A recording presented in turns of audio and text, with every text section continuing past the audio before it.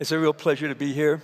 And what I want to talk about is a very particular part of my work, which is for urban image or urban icons.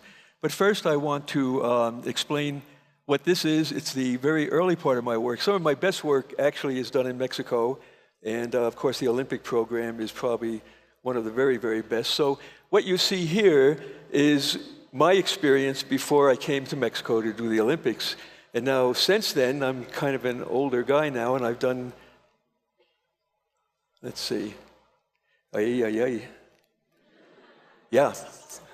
Okay, I've done a lot more work. Now, what I want to talk about is really basically the experience I've had as a designer, because it's not, of course, not just design. And some of the things, well, let me say one thing. I live in Manhattan. I've lived there since 1971. I went to school in Brooklyn. I was born over in Jersey, in Newark, and grew up there. It's a factory town. Kearney is where I grew up. My grandfather was an engineer on the railroad, and he's one of my really favorite people.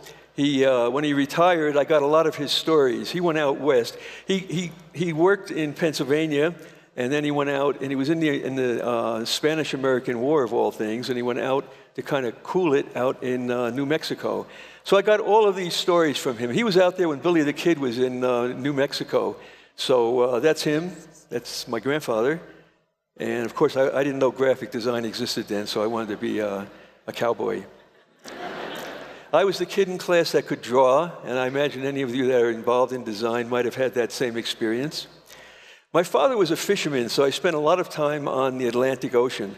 And that was a really important, looking back at that was a very important part of my experience, because there's a kind of a no-nonsense environment on the ocean. The aesthetic there is quite strong, and I really enjoyed that and got a lot from it. I did a lot of work in the factories. I mentioned I was from a factory town, and that was a good experience. You learn how to do things. People that work in factories get as good as Michael Jordan got, or Messi in soccer. You know, they really get good at what they do. So there's a lot of credit I give those people, and I learned a lot from working with them. As I mentioned, I went to Pratt. I was chosen. I studied industrial design, and I was chosen from the industrial design school to represent the school at what was at that time the new technical center at General Motors. So for the first time, I kind of got out of the Brooklyn environment, and I met designers from all over the country, students. And when I graduated from Pratt, I was hired back at General Motors. And my first professional work, actually, is the Delco symbol that you're looking at there. And along with that, the packaging for the Delco products. So I really got started in a very big project right off the bat. And there were 1,200 different packages. And thank God I had that industrial design training, because I really learned how to deal with systems. I went in the military after that. I wasn't really interested in going back to General Motors. It was obviously a large corporation. And I really wanted a more varied experience. Well, I certainly got some of that in the military.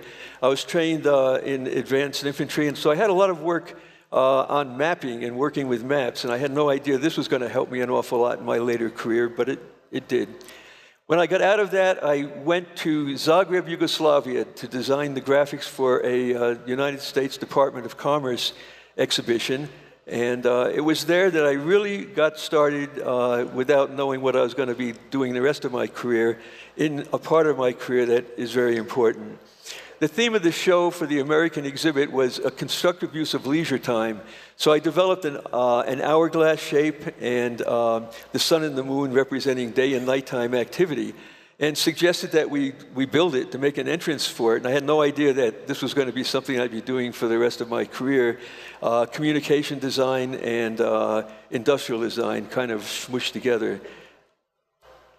We made fences out of the hourglass shape, and this was the first time I had the experience of really getting into communication as a graphic designer. I went back to New York after that, and I got a job with George Nelson to do the graphics for the World's Fair in New York. This is the model for the fair. There were 5 different pavilions at the Chrysler site. So again, this got me into something. I was hired to do the graphics.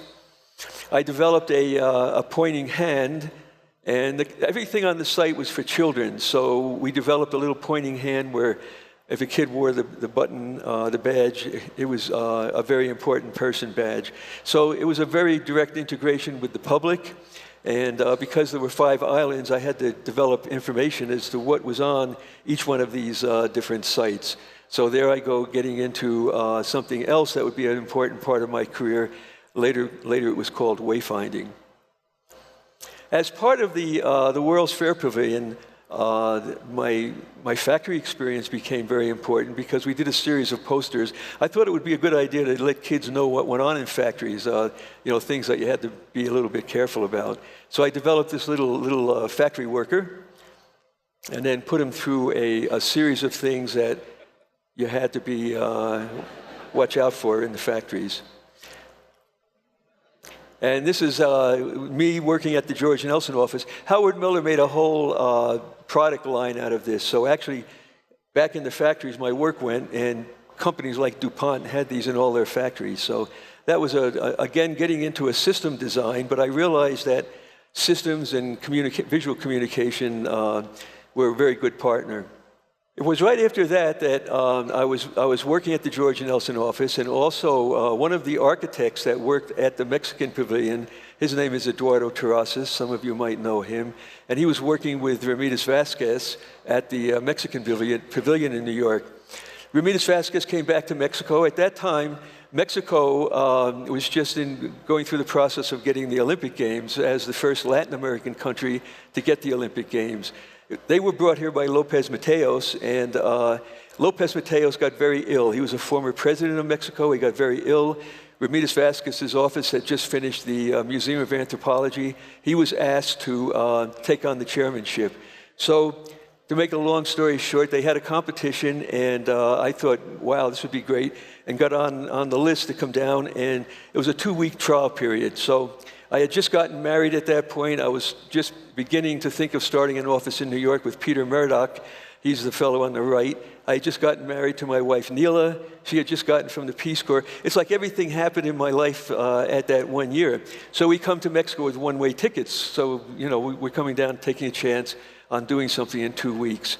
Now, you have to know at this time that we didn't have computers to work with, but I still keep my compasses. And it was with my compasses that I was able to figure out the geometry, how to integrate the 5 rings with the 68. And this was the beginning of that program. And this is probably one of the best, pieces of work that I've done in my career. And from the integration of the rings to the year of the event, the 68, it was possible to carry out into the typography for Mexico 68, and then by radiating out this geometry, one of the important looks, the parallel line motif, becomes part of Olympic history now. Now, I have to say, I didn't know much about Mexico when I first came down. I knew you had piñatas, but I spent a lot of time over at the Museum of Anthropology and absolutely fell in love with the pre-Columbian periods of art. So I think that's some of the best artists or designers that lived any place. So obviously the program had a relationship to Mexico, which was very important, and we used that in many, many ways. I did a series of postage stamps. We developed the striping around the entrance exits of all the stadiums, very lovely coming into the city, very large format.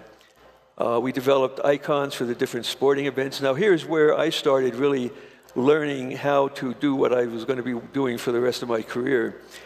The icons for the Olympics, indicated all of the different sports in a way that you didn't need language. We had to use 3 languages for the Olympic program. We chose to try to use none, Spanish, French, or English. The icons are based on glyphs, images from, in this case, Mayan. And one thing that is very important as far as my career and probably for all of us as we go through this period in history, we use the icons, and icons were thought of as for people that were illiterate in most cases, except for the Olympics. I realized that they were for everybody. And now I don't have to explain that they're not just for illiterates anymore. And this was 68. And now we're all using icons to navigate our digital world, so we're all familiar with them. We had a cultural program. I'll run through these fairly fast because I realize I'm explaining things. This is from Greece. I used the silhouette technique, again, public information. Updated the silhouettes. They became a very important image from the Olympics. We used these, again, to eliminate language.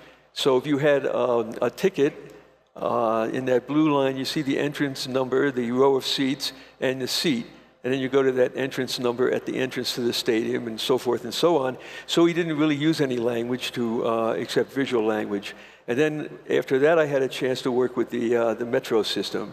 And I started that by taking the Zocalo, or the city, the heart of the city, if you will, and then cut into it the 3 lines of the metro, reforming the M.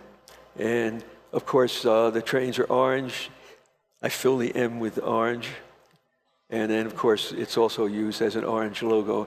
Now, the important thing that came out of this was developing icons for each of the stops. And it was Mexico is really the first city in the world that developed a system like this. The icons are necessary, are understandable as far as being historically or in other ways related directly to the city itself. And when you put them together, you get a very visual indication of the line. This is how we worked without computers. We put things on the wall. Now, in the early stages, I worked with Arturo Quiñones and Francisco Gallardo. They were my 2 assistants. We did the first 3 lines. Now you have 12 lines. So you have a lot of Mexican designers who have contributed icons. And I'm very proud of this system. And it gets a lot of, even today, it's looked at as being a new and refreshing way of dealing with public transportation. So very proud of that. I went back to New York, and the first job there was doing the metro map for the system in Washington, D.C. I just updated the metro map. They brought in a line from Dulles Airport. So I'm actually the first designer who designed the original map, and then like 30 years later, thank goodness I'm still around, did the new map. I just want to give one little thing that was very important. I mentioned icons. They are an international way of communicating, and as long as you can identify whatever the image is in any language, you're all set. But there's another thing that you can do in creating a sense of place, and I mentioned urban in the beginning, and we certainly did that with the Olympics. It was the Olympics, and they took place in Mexico, and I think that was one of the real strengths that allowed that program to keep existing in people's minds. But if you look at the background shapes of icons, the glyph system, as I mentioned, dictated the background shape of the Olympic program. The 68 radiating out to a certain point was the background shape for the cultural program. The M, that rounded corner, for the metro stations. This is Washington. Monticello is a Jefferson building. I just turned it upside down and used that as the shape. Trenton has a wavy, it's on the Delaware River. It's a historic city in the States. The Central de Abasto is based on the A, and I use that as a background shape. And then we have Albuquerque, New Mexico, and so forth. But you can see that my work is really dedicated to create a sense of place. So people have a pride in where they live, and so people that visit have a sense of being someplace that they're visiting. I recently had an exhibit at MWAC, which was a really beautiful experience, magical experience for me, actually. It had a lot of the things that I've done in my career. If any of you have seen this, I hope you enjoyed it. And they did a lovely book. And now I have another book just published in England. And I'm going over to England when I go back to New York from here. I have one day in New York, and I'm going to England because of this book. So I'm still doing it. Thank you.